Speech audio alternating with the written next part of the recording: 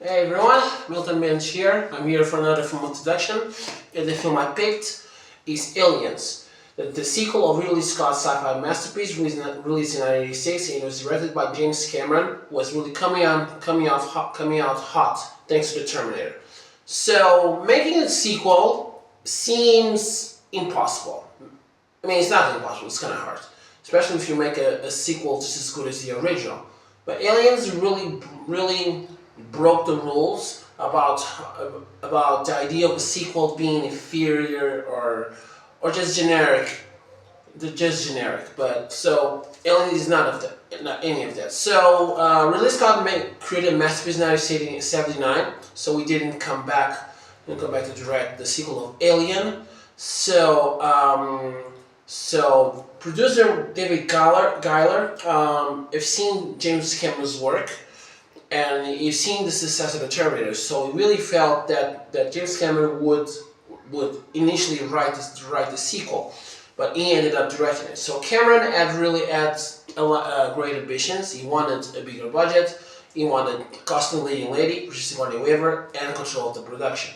So Fox was resisting at first, but seeing Cameron's work in the Terminator, so they felt that Cameron was the right man for the job. So Aliens really is set 57 years after the events of the original, and Ripley was the last survivor of Nostromo. She was found by the salvage team, and she was like traumatized by the events of the first Alien. She lost the crew and of course the ship.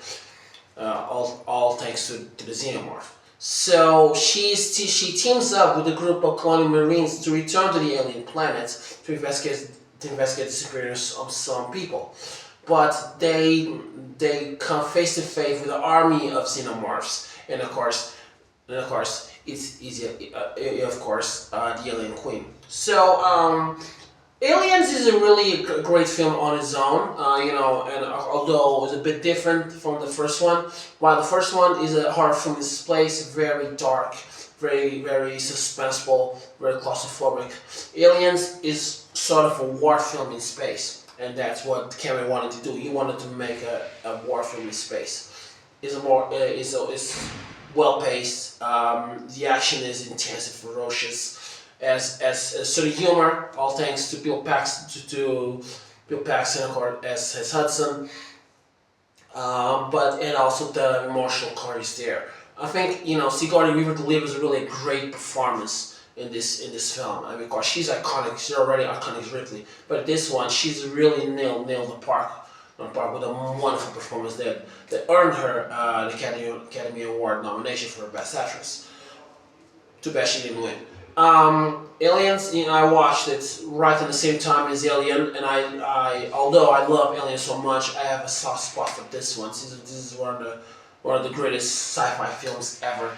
And I have a great time. Also, a great time watching this film. This is really James Cameron at his very best. He really jumped from the Terminator to Aliens, and I think that was a really big jump. And really, this movie's success proved that Cameron was really here to stay and become one of the biggest filmmakers in Hollywood. What can I say? This is one of those rare examples of a sequel just as good or better than the original. It's just as morals in the original. I'm not going to say this is better than Alien. I mean, Alien is a masterpiece, but it just is as iconic, as memorable as Alien. And of course, after Aliens, Fox wanted to recapture the magic of Aliens, but I think failed miserably. With Aliens 3 and of course Alien Resurrection. They're not bad, but just not that good. But Aliens really is a classic that stands on its own. It's a sci-fi masterpiece that stands on its own. It's one of the best films of the 80s. This is one of James Cameron's masterworks, and I think, in my opinion, is one of the films that cannot be beaten. And I think if someone wants to make a sequel just as good as the original, you have to watch this one, and another few as well. So I want to say thank you for more film introduction. Hope you. I'm gonna put it on YouTube. Hope you like it, and I'll love to see your opinion about Aliens. And thank you very much, and watch a lot of good movies. Bye bye.